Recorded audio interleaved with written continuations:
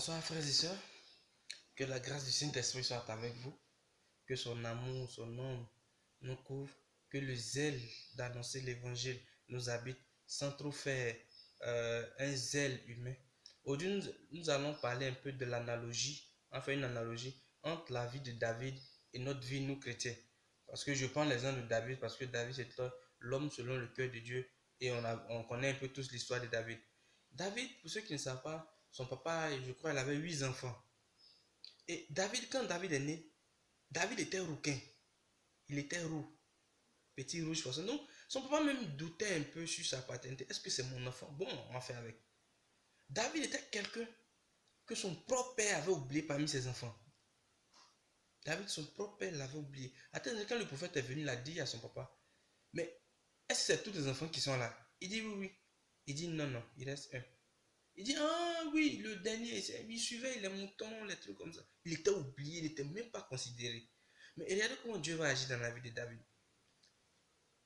Quand David était avec les moutons et autres, quand les bêtes, les lions, les loups venaient attaquer les bêtes de son papa, il était obligé de se défendre. Donc, il a tué les ours, il a tué les lions à main nue. Mais c'était une formation pour David, pour qu'il soit aguerri.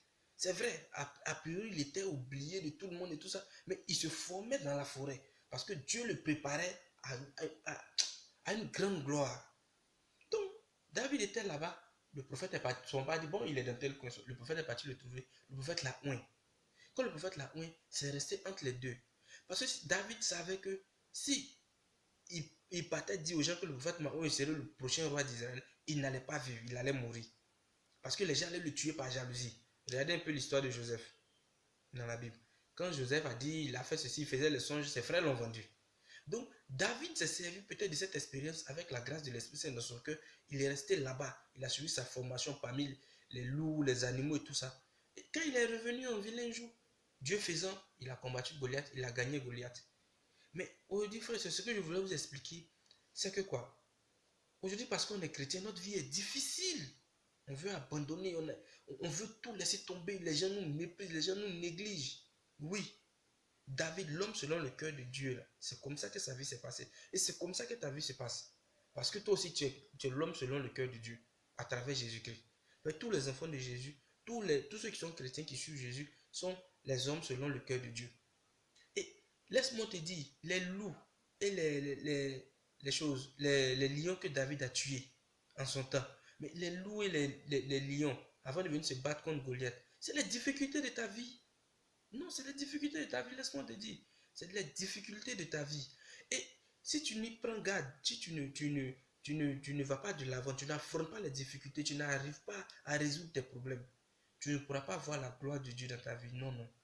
Parce qu'il n'y a pas de bonheur sans souffrance. Parce que Jésus même nous l'a enseigné.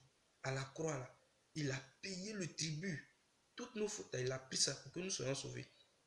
Mais aujourd'hui, on se rend compte de quoi? Non, j'ai trop de problèmes. Bon, on m'a régné dans ma famille parce que je suis chrétien. On m'a fait ceci. Bon, j'abandonne. David n'a pas abandonné. Si Dieu en train de laisser les gens te négliger là, c'est pour te préparer à monter sur le trône d'Israël comme David.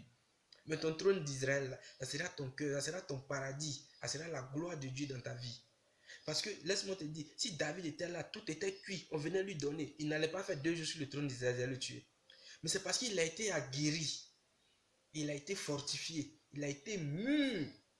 Dieu l'a instruit dans le combat spirituel, dans le combat physique, avant de le mettre sur le trône d'Israël.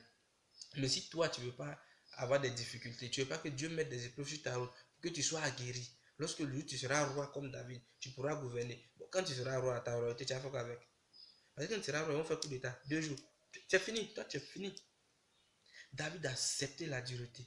Il a accepté les échecs. Il a accepté la négligence de la part des gens pour qu'il puisse accéder au trône de Dieu. Parce que Dieu le prépare en secret. Laisse-moi te dire, quand les gens te négligent là, c'est qu'il y a une grande gloire qui vient vers toi quand tu es chrétien. Parce que Dieu a été préparé dans le secret.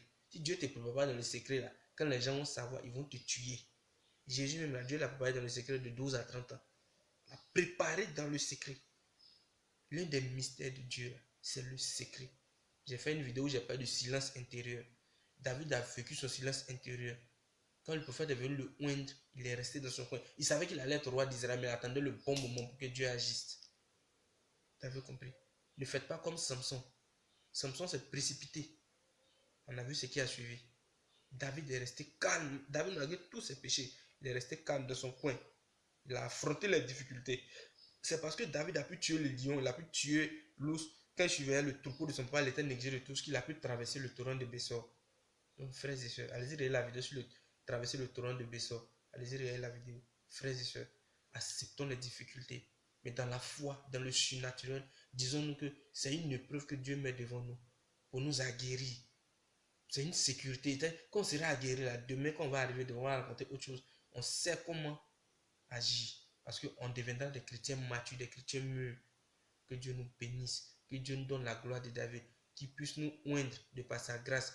Pour que toutes les difficultés qui viendront dans nos vies, nous pourrons les accepter et aller de l'avant. Que l'Esprit Saint soit avec nous.